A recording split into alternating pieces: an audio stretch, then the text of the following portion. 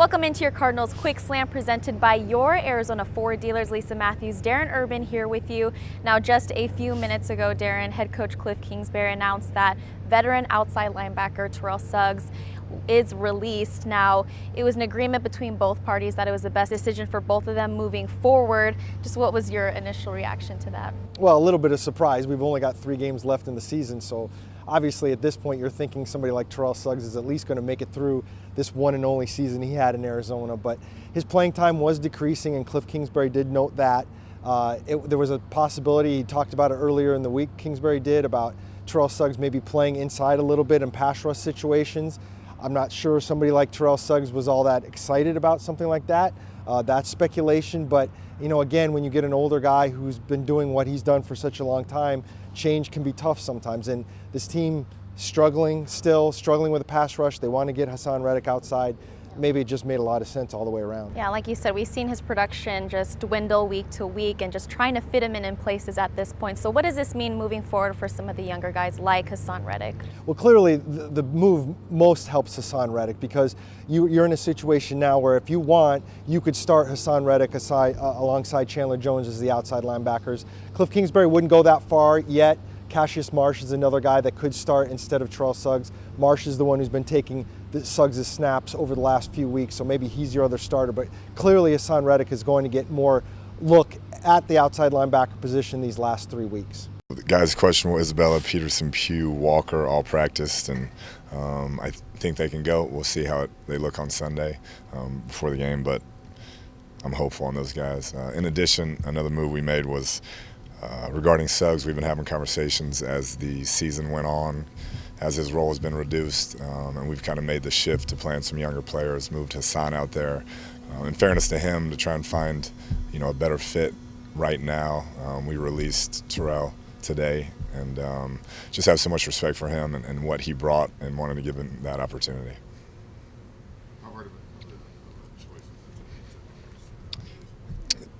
Yeah, like I said, I think having the conversations we did with him, we just wanted to give him that. We have such great respect for him. He was phenomenal in our building, work ethic, energy, the juice he brought every day, professionalism that was through the roof. And so we wanted to give him an opportunity to find a fit if it's out there. Was that partially injury related too, or just? No, more so, like I said, just how the season's gone and needing to get a look at some of those younger players. When Kyler was getting looked at during practice today, is there anything? No, nothing there, just some body maintenance. Did Terrell at all balk at possibly playing some defensive end? No, that wasn't part of the discussion. Yeah. Did he come to you guys? It was mutual conversations as this thing went on, and like I said, the respect was both ways, and we know what he's meant to this league, the Hall of Fame player he's been, and so we just wanted to have those conversations. Is there some disappointment maybe on both sides that it didn't work out? There's disappointment that we didn't win more games, obviously, and like I said, as this season's gone on and out of playoff contention, wanted to see what we have and some younger players, and we felt like it was the best move for both parties. Cliff, when you talk about as a head coach, when we talk about expectations, whether it's for your team, for an individual player, kind of how do you approach that? Do you like the topic or the possibility of expectations, or as a coach do you try and push those to the side? Well, I try to push them aside in the fact that if you're in the NFL, the vast majority of the time your expectations for yourself are much higher than anybody can put on you, and I believe that to be true in our organization and this locker room, and so it's about getting better each day and controlling what you can control, and that's more the message. Do you have an idea of how much you'll want to use Reddick on the outside? Quite a bit. We'd like to see what we have there. We like some flashes we've seen. I think he feels more comfortable there, and we'd like these last 3 games to see him make some strides. Will he start there, or will Cassius start there? Still working through it, but they'll both play significant snaps. He's got an up and down career here, both also and everything. Is this type of decision putting him outside again that kind of spark a little bit more production, but also kind of maybe save his time here? Yeah, in fairness to him, I mean, 3 different coordinators, I think, and playing an inside linebacker, which is one of the toughest positions in sports to pick up and transition from college, and then you're learning 3 different schemes.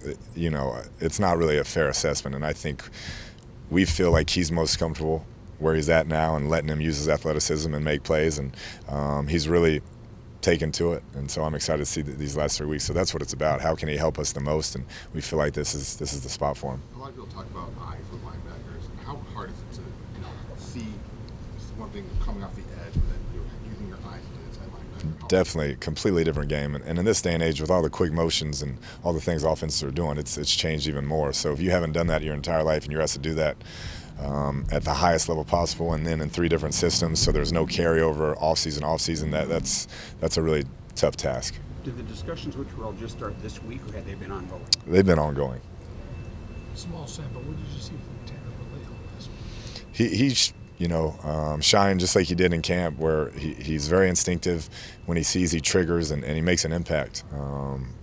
Probably should have made our team coming out of camp, looking back on it, and we all kind of felt that when he left. Just numbers got him, but very instinctual player, very smart player, and I'm glad we got him back. What do you see from the new tight end, players that he's flashed? I mean, obviously just got here. He's still learning the system, but has some natural pass catching ability and moves well, and has been working really hard, which is always a plus. But we liked what we had seen on film, and hopefully he can transition in over these last 3 weeks some. You guys have had a couple players that you cut. There's another one that you brought back and they've had success. What has that kind of taught you about the whole process of evaluating? It's an inexact science. Coming from the college game where recruiting is a lot of the same, you miss on guys, and at least here a lot of times you have a chance to get them back. And I think when you can kind of own that, hey, maybe that guy should have been here, and bring him back, then you got to do that. Is that something that's kind of case by case, or is there anything overall that you think you'll apply to next year a little differently? I think case by case, yeah. The whole year has been a learning process for me, but I think that's a case by case deal.